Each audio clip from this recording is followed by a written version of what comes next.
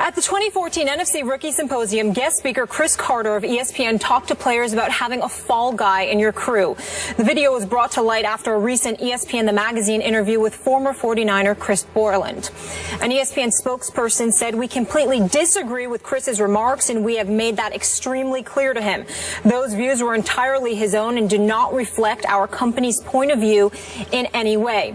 The NFL, which removed the video from its website Sunday, said in a statement the comment was not representative of the message of the symposium or any other league program. The league's player engagement staff immediately expressed concern about the comments to Cris. The comment was not repeated in the 2014 AFC session or this year's symposium. Cris tweeting this apology last night. "Seeing that video has made me realize how wrong I was. I was brought there to educate young people, and instead I gave them very bad advice. Every person should take responsibility for his own actions. I'm sorry, and I truly regret what I said that day." Stephen A., what's your reaction to CC's comments? Well, my first reaction was incredible disappointment, because upon seeing it for the first time yesterday, meaning seeing the story, hearing what had happened, without even seeing the video, just reading it alone, I picked up the phone and called Cris, and the first words out of my mouth is, "What the hell were you thinking?" I couldn't believe that he had uttered those words at the symposium, and that he made the mistake that he made. He was incredibly contrite and acknowledged that, you know what, it was a poor choice of words. It was something that should have never come out of his mouth. He was making a point, and he was joking around when he said that part of it, but he understands upon seeing the video how it looked. And then he was just incredibly contrite. And on that level, you know, as a guy that's known him for years and, you know, taking him at his word, being a friend of his, I understand. And you know, I forgive him. I mean, not that it's for me to forgive, because who the hell am I? But I will say to you that he did appear incredibly contrite. It was incredibly unwise for him to say. You don't sit there and give the impression that it's okay for anybody to have a fall guy in any capacity. That's simply something that you can't say. It's not something that should ever come out of his mouth. As real as some people in the hood and beyond may want to acknowledge that statement is, the fact is that any responsible adult has to know better than that. And Cris Carter made a mistake. There is no denying that. There's no defending it. It is what it is. He was wrong. He apologized. And ESPN was absolutely right to take the position that it has taken, because consistent with Walt Disney, the fact is it is not something that we condone nor tolerate in any way. As a company, the company is incredibly consistent when it comes to that, whether we like it or not. That's the bottom line. The NFL, however, Skip Bayless, is an entirely different matter altogether. Now, I am a person that is a fan of the NFL, not just the players, not just the game, but the league and the league office. Do I always agree with their decisions? Absolutely not. Do I tend to disagree from time to time? Absolutely. But I'm somebody that has come to the defense of Roger Goodell on numerous occasions. I think that a lot of things that folks ultimately try to attach to him in terms of responsibility, I have been on the record on numerous occasions saying that Roger Goodell has gotten a bad rap, that a lot of times culpability and responsibility needs to be placed on the actual perpetrators, as opposed to people finding a reason to blame Roger Goodell. In this particular situation, however, I must step back and look at our commissioner and look at the league office and say, really, guys, was that statement that you made really necessary in terms of how quickly you put it out there? Cris Carter is somebody that you have had speaking to rookies at the symposium for 20 years. For the last 10 years, he is the guy that has given the closing remarks to these players because of his past history with substance abuse, because of the trials and tribulations he endured, because of the issues that he's willing to bring to the forefront, really putting his soul out there for those to just simply spectate and view and what have you, just throwing himself out on Front Street. Cris Carter's history has been about trying to help young people, trying to make sure that they understand right from wrong, that they understand that there are things that you can't do, that they are understanding that there are things that you have to guard yourself against. The NFL validates this for the past 20 years by literally asking him and compensating him to come and speak on their behalf. This is what Cris Carter told me yesterday in terms of their because I asked him, was he compensated? He said, yeah, they've been compensating me for years. And he left it at that. My point to you, Skip, is that you have reached out to him in the most hard cases, whether it's the Pac-Man Jones, it is Randy Moss in the past, whether it's Ray Rice, Greg Hardy, and Alden Smith, the list goes on and on. You've reached out to Cris Carter to be a guiding voice on these things. And the second this goes down, before he has a chance to pass gas, you're trying to disassociate yourself from this. After it's been up on your website for Lord knows how long, you removed it yesterday, so what? That was yesterday. But it was up on your website long before that, okay? When you knew what he had said, when you knew, because you were there and you filmed it and it was your event. That's the kind of stuff that rubs me the wrong way. I totally understand that he was wrong. I totally understand that it was a mistake that he made. There is no question about it. And some people say it's not a mistake. It's something more than that. All right, fine.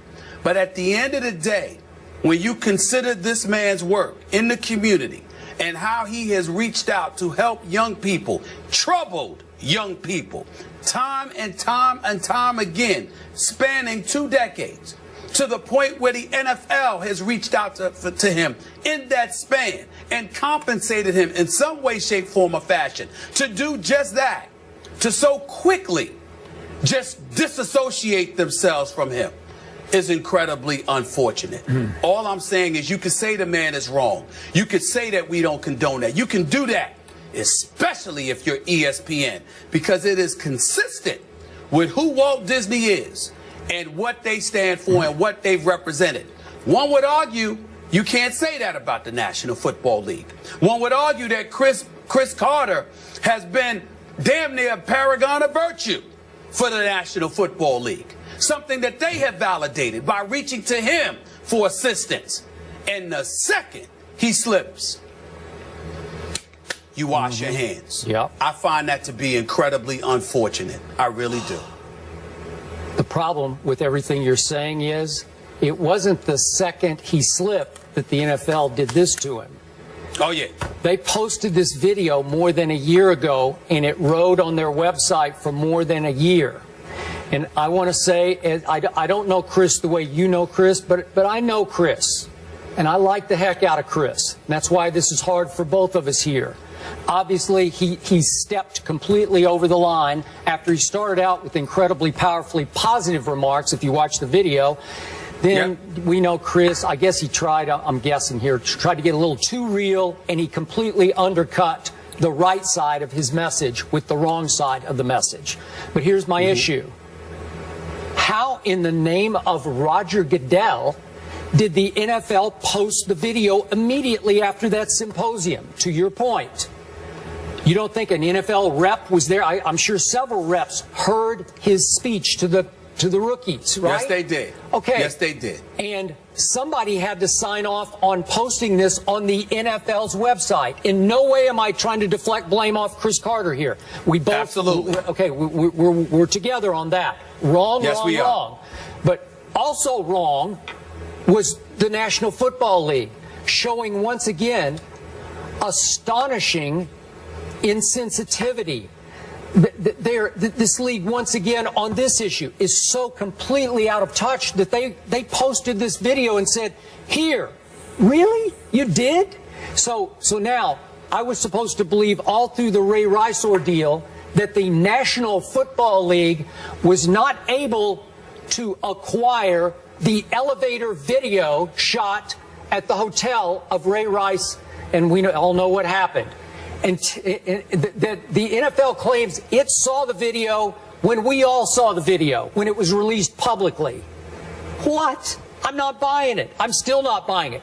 But you couldn't acquire that video, but you could post this one on your website, not just on YouTube, on your website, and let it ride for more than a year until yesterday, when thanks to a Chris Borland interview in which he mentioned something about, in the context of he did not like that remark from Cris Carter, that kind of advice, and he's obviously retiring from football after a year, then somebody had the foresight to say, gee, maybe we should go back and check. Oh, he said that?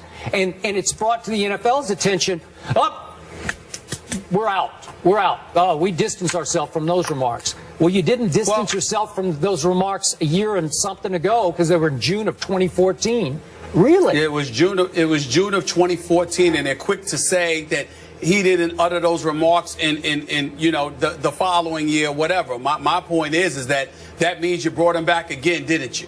Which means you didn't really have much of a problem with them. So let's take a moment to pause and ask the rhetorical question of why you didn't have a problem with them. Because you understand that overall, his message, not on that particular day pertaining to that particular issue, but for the most part, his messages over years, over decades, has resonated, not just because of his life story, but because of his presentation, his delivery, and his relatability to the individuals you may have coming into the league. Now, if we're going to be real, and this is one of the reasons why I was even hesitant to broach this subject, because, Skip, I got to tell you something. One of the things that I'm getting tired about in this profession is that there's a level of rawness and realness that we can't seem to bring. And if you can't bring it, then a lot of people better ask themselves this question: what the hell's the sense in talking if you can't be real?